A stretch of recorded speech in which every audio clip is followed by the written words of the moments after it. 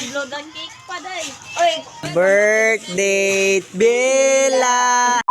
Good morning mga ka-vloggers, nandito po tayo para i-celebrate yung first birthday ng pamangkin ko nga si Mary Vela Bautista. Kanina pa ako nagutom, nandito na po yung luto ni mama na fish spaghetti, napakasarap talaga, grabe guys. At ito po yung binili namin sa city, yung cake, mura lang yan pero kahit paano para meron. At ito yung tawag sa amin tong ay tapioca, napakasarap to, si mama gumagawa niyan, ang sarap sa gusto ko ng tikman kasi kanina pa ako nagugutom talaga pero hindi pa pwede kasi wala pa yung celebration na baby. Ito po yung first baby ng kapatid ko na si Mary Vela Bautista. First birthday niya po yan at sineselebrate nila kahit papano. At ito po yung papa niya, ama ng bata na isi-celebrate, at ito po yung niluluto nila at ito pong ginagawa niya na parang ewan ko ba kung ano ba itong klase na to, manok ba ito or pato or ewan ko, pero napakasarap sa feeling nyo. Dati hindi po namin to magawa-gawa nga nun, napakahirap talaga ang buhay pero ngayon kahit papaano nagagawa namin unti-unti. At ito muna po yung ako nag-iikot, parang ikaw iniikot ko. Oh, joke lang. At sarap pala sa feeling no na kayo yung inspirasyon ko kung bakit ako nandito sa tinatayuan ko. At palala nga po pala sa nagbaba sa akin noon hanggang ngayon. Gusto ko lang iabot sa iyo na salita na hindi ako makikinig sa iyo kasi hindi ikaw ang Diyos at hindi mo hawak yung kapalaran ko. Bakit? Alam mo na ba yung kararatingan ng pangarap ko, di ba? Hindi. Kaya wag mong unahan yung pangarap ko kasi hindi mo alam kung anong plano ko at anong plano ng Diyos sa akin, kaya wag mo na akong unahan. Kaya maraming salamat din sa iyo kasi isa ka sa mga inspirasyon ko kung bakit ako nandito ngayon sa tinatayuan ko, kaya thank you din sa iyo. Pasalamat na lang tayo na may taong umaangat dahil sa nagpupursige siya sa mga pangarap niya, kaya thank you na sa iyo. Kaya ito guys, niluluto na, inikot-ikot na namin, kagaya mo inikot-ikot ka lang sa jowa mo.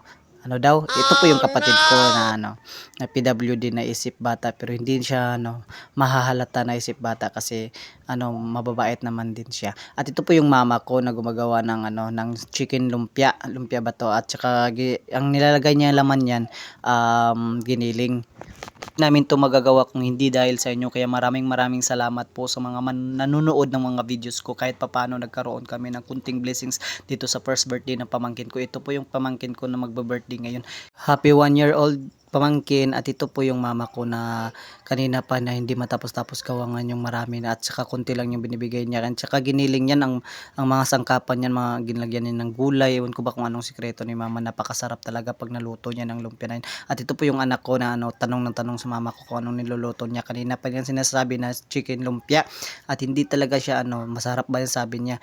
Oo nang oo lang si mama dyan kasi nga tanong ng tanong. At ito naman yung kalahati ng manok na kanina na iniihaw ng mga kapatid ko. At ito na po yung birthday, gabi na yan kasi gabi na yan naluto lahat kasi gawa nga niya ng umuulan dito sa amin, tulong-tulupan yung bahay. Kaya ito na po si-celebrate, pakinggan nyo po kasi kumakanta kami dito. In 1, 2, 3, go! Happy birthday! Happy birthday! Happy birthday, baby!